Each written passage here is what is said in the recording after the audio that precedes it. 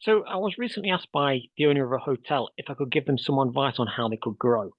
They felt stuck, like the business has stayed the same for years, so they wanted some fresh ideas from someone external to the business. So I thought it might be useful to share what we talked about in this video. The reason we share these videos is because we're passionate about helping smaller businesses compete against the corporate takeover of most industries. Customer convenience and access to capital means small businesses will mostly die out before the end of the decade if they don't adapt and start thinking about new ways of running the business. We work in partnership with established 7 and 8 figure businesses to create new product offerings and business models, and then we position and package them up to compete against their corporate rivals. We create and invest in alternative ways of doing things to create industry leading brands. But now let's get back to the video. The first question you might ask is, why would you want to grow? And everyone's different, but for this one person, he wanted to sell the business in the future, but really wanted to maximize its potential first and to make it as attractive as possible to a potential buyer. For other people, it might be more about increasing your personal income or building that safety net. For others, it might be about freeing yourself from the day-to-day running of the business. If you're trapped running it yourself every day, then growing it can mean it'll be big enough to employ a management team instead. And just like with this business owner, you might want to sell it in the future as well. Now, next we need to identify the end result. What does it look like? Where do you want to go?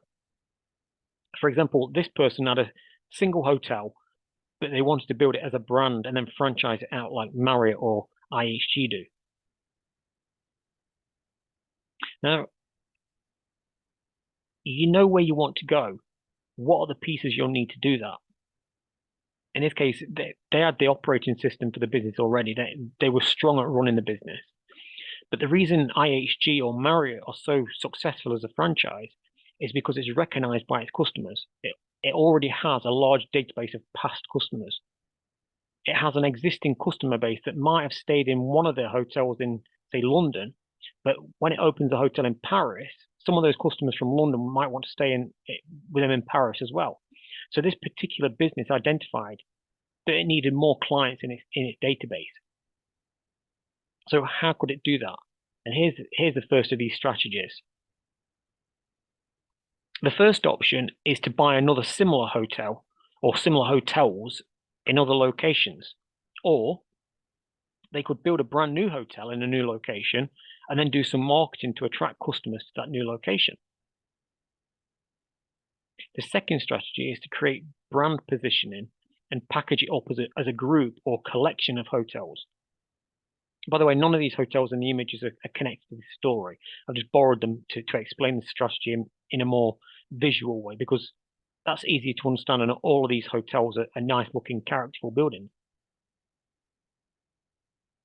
If you look at the various hotel brands in the market already, these are all positioned in a particular segment or target customer segment, whether that's by price or whether it's by the standard of the accommodation. So after it's got more locations and it's sorted out its brand positioning as a group, it can then cross-sell to all those customers from each location. It's like if you've got a database of 2,000 past customers and you go and buy another hotel that also has 2,000 past customers, now you've got a database of 4,000 past customers that can stay in either location. And the third strategy is then to create specialized product offerings at each location. To give you an example, let's imagine you've got a hotel, and in that hotel, you've got a restaurant and you've got a gym. Now, most businesses would just operate those 3 units as the same business, doing everything in-house. But what if, instead of doing that, imagine if we got someone like Gordon Ramsay in to run the restaurant part, and we brand that restaurant up under the Gordon Ramsay brand. And then for the gym, what if we got a professional gym operator to come in and run that part? And what happens in both these cases, it also attracts customers from outside of the hotel who would normally buy from these individual businesses, and instead they come into your combined business. In a way, it's the same benefit as when you buy another hotel just to get access to its customer database. This is really just the same model as what shopping centers use.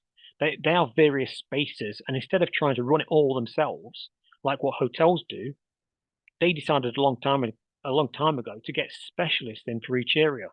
And by doing that, each specialist business brings their own customers in, who then go and spend money with the other businesses. And then finally, the fourth strategy, when it's ready to start selling as a franchise, the business then needs to oversee and manage the property side of it all. You want to make sure that those franchisees are operating your brand in the right location and it's set up the way you want it to be. So trying to do this in-house again means it creates a bottleneck for how many hotel franchises you can sell because it's all reliant on you. So you need someone to take care of the development, the fit out, and the setup of each new hotel.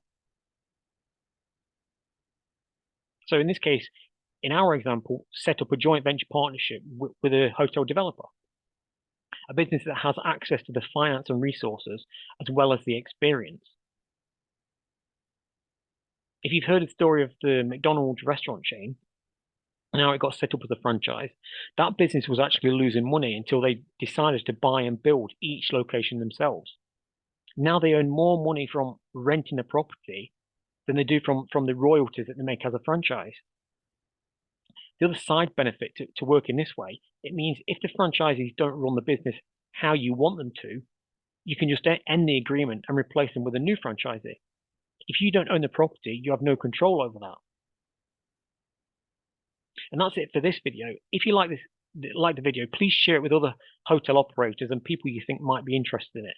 If you've not seen my other videos on how to find the right joint venture partners or my videos on buying a business, then check out those as well.